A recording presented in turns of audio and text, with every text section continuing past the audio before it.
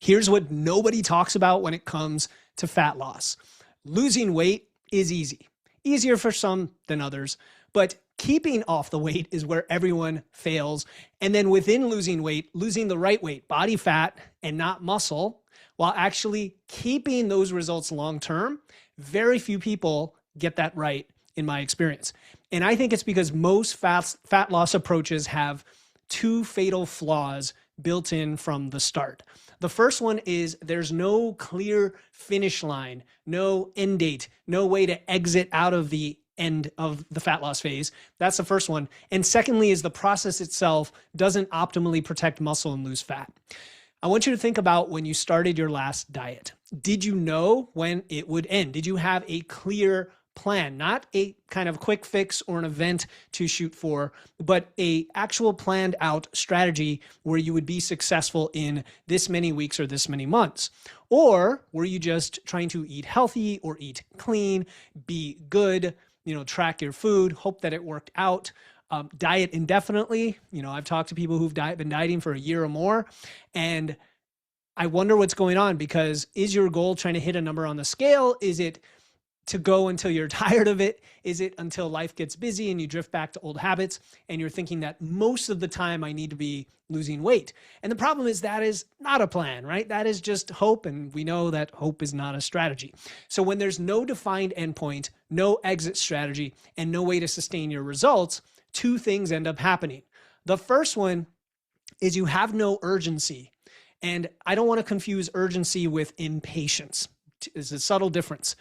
You have no deadline built in by reverse engineering your strategy, which means you don't have the right pressure, which means it's easy to let things slide. And I know that sounds counterintuitive because we don't want to rush into this, but there's a right way to do it and a wrong way to do it. And second, and this is the bigger one, is you have no transition plan, because if you don't know when and how the diet ends and you come out of it, and if you're afraid of gaining fat or gaining weight afterward, you definitely don't know what comes after. It adds even more uncertainty to the process. So when you finally do then stop dieting, which you've already been doing kind of slapdash, right? Whether you do it by choice or you're burned out, you don't have a system to maintain those results. You go back to eating the way you ate before, especially if you're doing something like a keto diet or something restrictive where you know you can't do that forever. So you're not sure what to go back to because that didn't really work before, because quote unquote normal eating is what got you here in the first place. And I would say most diets that I see with people fall into one of two camps that satisfy these criteria we talked about. The first one is, of course, the crash diet. This is the aggressive, it's fast, it's unsustainable. And remember, we're talking about a sense of urgency, but that doesn't mean going so quickly that you have to white knuckle through a few weeks, you lose a bunch of water weight, probably not very much fat, maybe you lose some muscle, and then you crash and burn and you rebound even harder, maybe binge and restrict cycles are the results. You often end up worse than where you started because you're probably gaining more fat back and not any muscle. And because you cut so hard, your hormones, your metabolism are downregulated and it's a longer recovery, right? So now your metabolism's a little bit slower than it was. You have less muscle, you look softer, even at the same weight. Sound like a familiar story. That's the first camp. The second camp is the vague lifestyle change. Now, this is a lot of you who probably listen to podcasts and follow more evidence-based advice and are trying to do this thing the right way. I'm increasing my protein, I'm strength training, etc. But there's no structure, there's no timeline, there's no measurable targets. You're not measuring or tracking the right things. Maybe you're eating a little bit, quote unquote, better, whatever that means to you. And the results come in a little bit slowly or more slowly than you'd like, and you lose motivation. And eventually you're not really dieting anymore. You're just kind of eating and thinking this should work and it's not working. Your body's not changing and it's super frustrated. And then you try to hit it hard on another diet and it just doesn't work, even worse, right? If that makes sense. Now, what these have in common is that there is no intentional strategy or endpoint. There's no plan for afterward.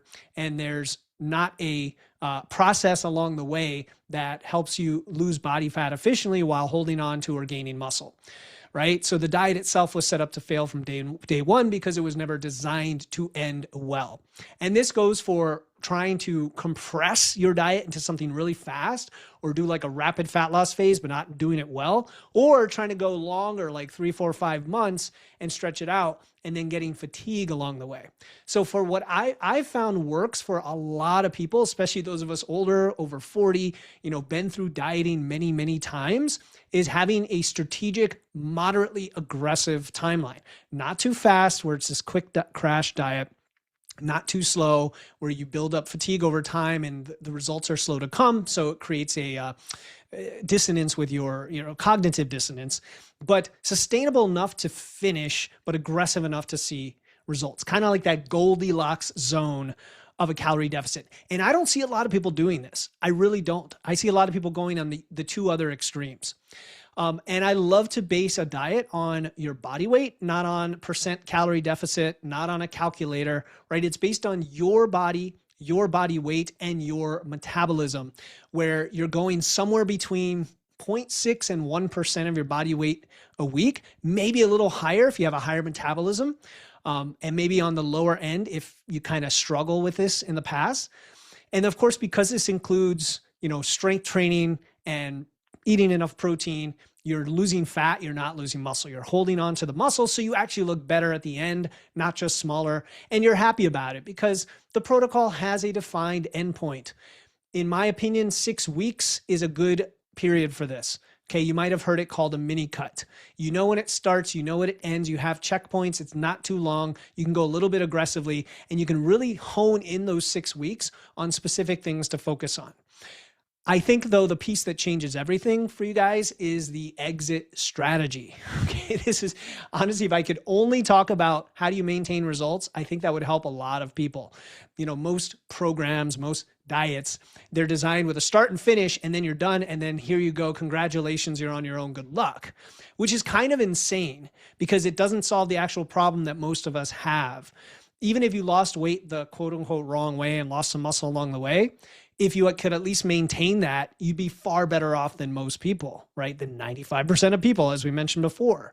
How you end a fat loss phase determines whether you keep the results or give them all back, right? So it's not just the process, but how you end it as well.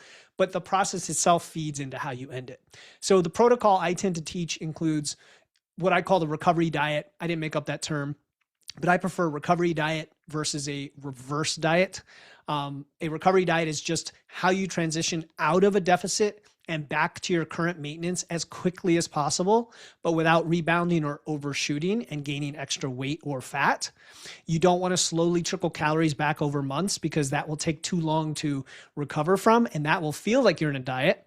You instead move to maintenance and very intentionally.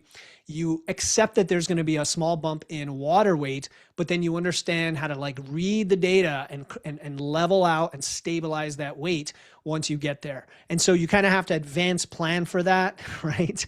If you're going to lose 8 to 12 pounds of fat and keep it off, you have to understand how that curve kind of works. You have to understand the numbers so that you can reverse engineer your system to work from the beginning, and then you just execute it and then see what your data and your body is telling you about the reality of it, right? Because you may only be able to lose 6 or 7 pounds, but you do it the right way. Or you may get lucky and be a higher responder and you lose, 15, 20 pounds, whatever.